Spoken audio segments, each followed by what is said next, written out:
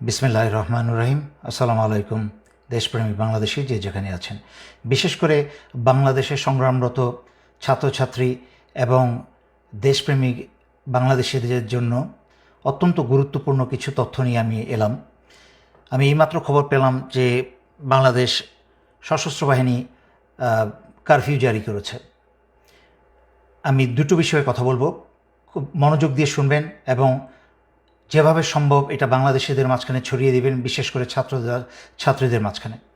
প্রথম কথা হচ্ছে, কারফিউ বাংলাদেশে বহু হয়েছে আগে। কারফিউটা এখানে কোনো বিষয় নয়। বাংলাদেশের স্বাধীনতা যুদ্ধ থেকে আরম্ভ করে পরবর্তীতে 90-এর এরশাদ পতনের সময়ও কিন্তু কারফিউ জারি হয়েছে। কারফিউ দিয়ে কিন্তু কোনোদিন কোনো অত্যাচারী সরকারের পতনকে থামানো যায় নাই। এবং এমনকি 2007-8 সালেও কিন্তু কারফিউ জারি হয়েছে। তখনও কিন্তু সেনাবাহিনীর অফিসারদের কিছু বলস ছিল, কারণ যেভাবেই হোক, নাটকীয়ভাবেই হোক, রাজনৈতিক তথাকথিত নেতাদেরকে এবং চোর বদমাশদেরকে কিন্তু জেলে ভরেছিল। কিন্তু এখন তো সেনাবাহিনী অফিসারদের কোনো বিচিই নেই, বলসই নেই। এবং বর্তমানে সেনাপ্রধান, গত লাইভে আমি ভদ্রভাবে ওনাকে বলেছিলাম দেশ এবং জনগণের পাশে দাঁড়াতে। যদি উনি জরুরি অবস্থা জারি করতেন তাহলে সেটা দেশ এবং জনগণের পক্ষে হতো, কারণ জরুরি অবস্থা জারি করা মানে হচ্ছে স্বৈরাচারী শেখ হাসিনা আর ক্ষমতা নাই। কিন্তু আমি যতদূর শুনেছি কারফিউ জারি করা হয়েছে। এর পিছনে ছোট্ট করে আমাকে একটু ব্যাকগ্রাউন্ড বলতে হয়। এই বর্তমান সেনাপ্রধান জেনারেল ওয়াকার স্বৈরাচারী শেখ হাসিনা আত্মীয়। তার কিন্তু লেফটেন্যান্ট কর্নেল হওয়ার যোগ্যতা ছিল না।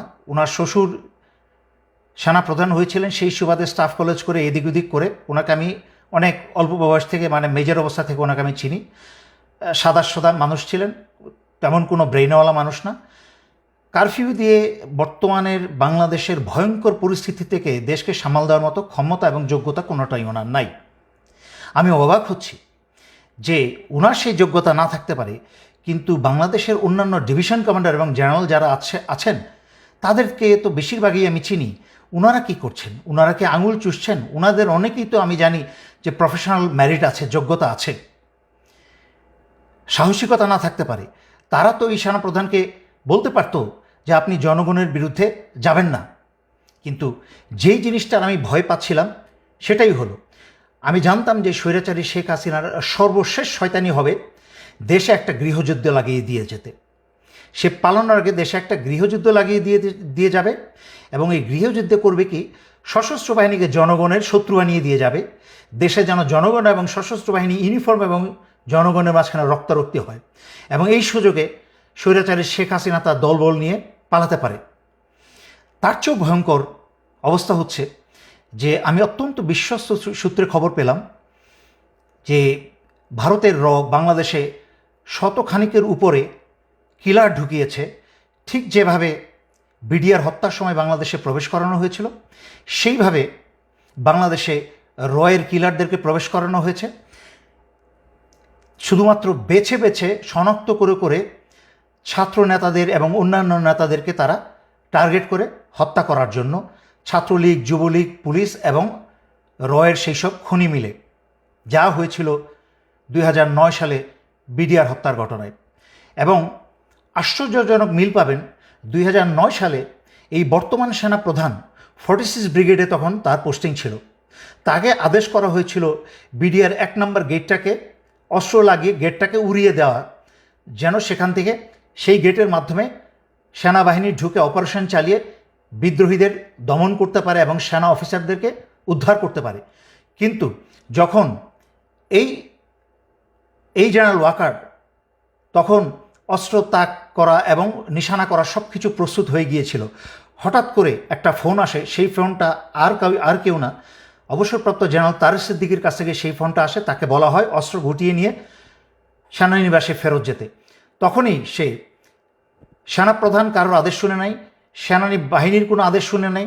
সে জেনারেল তারেক সিদ্দিকী সরাসরি আদেশ শুনে চেইন অফ কমান্ড ভঙ্গ করে সে জেনারেল তারেক সিদ্দিকীর আদেশ শুনে অস্ত্র গুটিয়ে সেনানিবাসে চলে যায়, যার ফলে 57 জন সেনাবাহিনীর অফিসারদেরকে ভারতের এবং আওয়ামী লীগ মিলে হত্যা করতে সুযোগ করে দেওয়া হয়। সেই একই কাজ এই জেনারেল ওয়াকার আবারও করছে। ভারতের রকে যুবলীগ এবং ছাত্রলীগ এবং গোপালী পুলিশদেরকে ব্যবস্থা করে দিচ্ছে বাংলাদেশের মেধাবী ছাত্রদের এবং বাংলাদেশের অন্যান্য আন্দোলনরত যারা চিহ্নিত ছাত্রছাত্রী তাদেরকে হত্যা করার জন্য।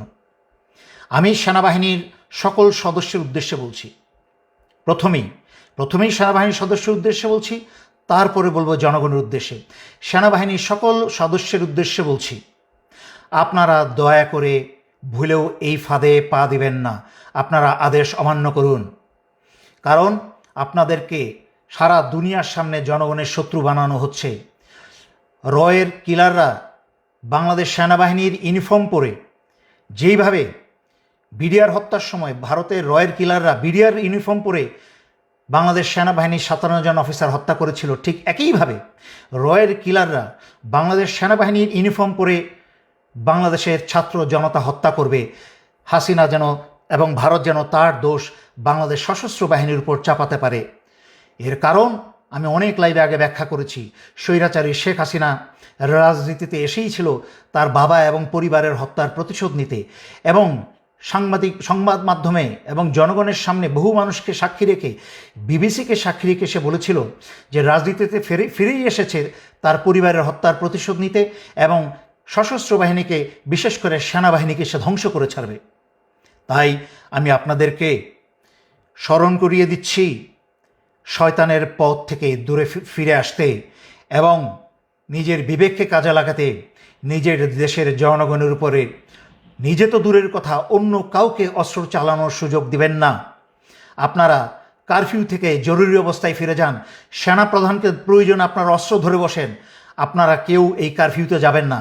আপনারা ক্ষমতা হাতে নিয়ে নিন, দেশের দায়ভার আপনারা ক্ষমতাভার হাতে নিয়ে নিন, যেন বাংলাদেশের জনগণকে কেউ হত্যা করতে না পারে। আমি আবারও স্মরণ করিয়ে দিচ্ছি, ভারত এবং আওয়ামী লীগ তথা শেখ হাসিনা মিলে জনগণকে হত্যা করে সেই দায়ভার আপনাদের উপর আজীবনের জন্য চাপিয়ে দিবে। সর্বশেষে বাংলাদেশ সশস্ত্র বাহিনীকে পঙ্গু করে ধ্বংস করে দিয়ে যাবে সে যাবার আগে।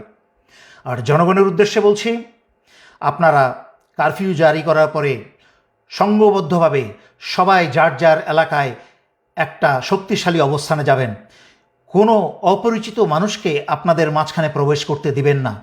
যখনই কোনো অপরিচিত ব্যক্তি আপনাদের দিকে অগ্রসর হবে, যেহেতু কারফিউ জারি করা হয়েছে, আপনার উন্মুক্ত রাস্তাঘাটে থাকার কথা না, কিন্তু কারোর আপনার ঘরে ঘরে অফিসে আদালতে যাওয়ার কথা না। যদি কেউ আপনাদের ঘরে অফিসে আদালতে অনুপ্রবেশ করার চেষ্টা করে, আপনাদের হাতে পাথর, ইট, অস্ত্র, আগুন, তেল যা আছে তাদেরকে ছুঁড়ে মারবেন, কিন্তু তাদের কাউকে আপনাদের কাছে আসতে দেবেন না। বাংলাদেশ একটা ভয়ঙ্কর সময় অতিবাহিত করছে। আমরা অতীতে এরকম ভয়ঙ্কর সময় অতিবাহিত করেছি। 1971 সালে যখন কোনো যোগাযোগ মাধ্যম ছিল না, যখন রেডিওতে কান পেতে খবর পেতে হতো, যখন একটা মানুষ থেকে আরেকটা মানুষের মাধ্যমে খবর যেত অনেক দিন পরে, সেই সময় যখন পাকিস্তানি হানাদাররা বাংলাদেশিদের হত্যা করে চলেছিল, তখনও কিন্তু সেই অবস্থা থেকে বীর বাংলাদেশিরা উত্তরণ করে বাংলাদেশকে স্বাধীন করেছে। এর পরবর্তীতে 1990-এ স্বৈরাচারী এরশাদের বিরুদ্ধে আন্দোলন করেও তখনও কিন্তু কারফিউ জারি করা হয়েছিল, কিন্তু স্বৈরাচারের পতন ঠেকিয়ে রাখা যায় নাই। কিন্তু তখন ভারত থেকে এরশাদ যত খারাপই ছিল, কিন্তু ভারত থেকে কাউকে এনে বাংলাদেশিতে হত্যা করার জন্য আনে নাই। এই কুৎসিত পিচাচ শুধুমাত্র হাসিনার পক্ষেই সম্ভব। এই চরিত্রহীন কুৎসিত মহিলা, তাকে এবং তার আওয়ামী লীগকে যেখানে পাবেন আপনারা ধ্বংস করবেন, এবং তার পুলিশকে। আমি আর কথা লম্ব না করে সশস্ত্র বাহিনীর প্রতিটা সদস্যকে আমি স্মরণ করিয়ে দিচ্ছি, বাংলাদেশে গৃহযুদ্ধ লাগাতে যাচ্ছে স্বৈরাচারী শেখ হাসিনা। সমস্ত গণহত্যার সমস্ত দায়ভার আন্তর্জাতিক মিডিয়াতে, দেশে বিদেশে সব জায়গায় আপনাদের উপরে আসবে, যেহেতু ভারতীয়রাও বাংলাদেশের সশস্ত্র বাহিনীর ইউনিফর্ম পরে জনগণকে হত্যা করার চেষ্টা করবে। আপনারা এখনই সচেতন হয়ে যান, সরকারকে উৎখাত করুন, যুবলীগ, ছাত্রলীগ সব জেলে ভরুন, এবং বাংলাদেশ থেকে রকে গুলি মেরে মেরে রাইফেলের বাট দিয়ে আঘাত করতে করতে আপনারা দেশ থেকে বের করুন। দেশের সার্বভৌমত্ব এবং স্বাধীনতা এবং অধিকার আবার বুঝে নিন। দেশের জনগণ ভয় পাবেন না। সমুদ্রে পেতেছেন শয্যা, শিশিরে কি ভয়, রক্ত দিয়েছেন, হার মানবেন না। যদি এখন হার মেনে যান, রক্ত যা দিয়েছেন সব পানিতে জ্বলে যাবে। মনে রাখবেন, যারা রক্ত ঝরায় তারা ইতিহাস পরিবর্তন করে। এখন আমাদের ইতিহাস পরিবর্তন করার সময়। আল্লাহ আপনাদের সকলের সহায় হন এবং আল্লাহ বাংলাদেশ এবং বাংলাদেশের জনগণের শত্রুদের উপরে উচিত শিক্ষা নাজিল করুন। আল্লাহর তরফ থেকে এই শুক্রবারে জুম্মার নামাজের দিনে আল্লাহর কাছে প্রার্থনা করছি, আল্লাহ বাংলাদেশ এবং বাংলাদেশের জনগণের সাথে থাকুন এবং আপনাদের সহায় হন। এই বলে আমি শেষ করছি। ধন্যবাদ। আসসালামু আলাইকুম।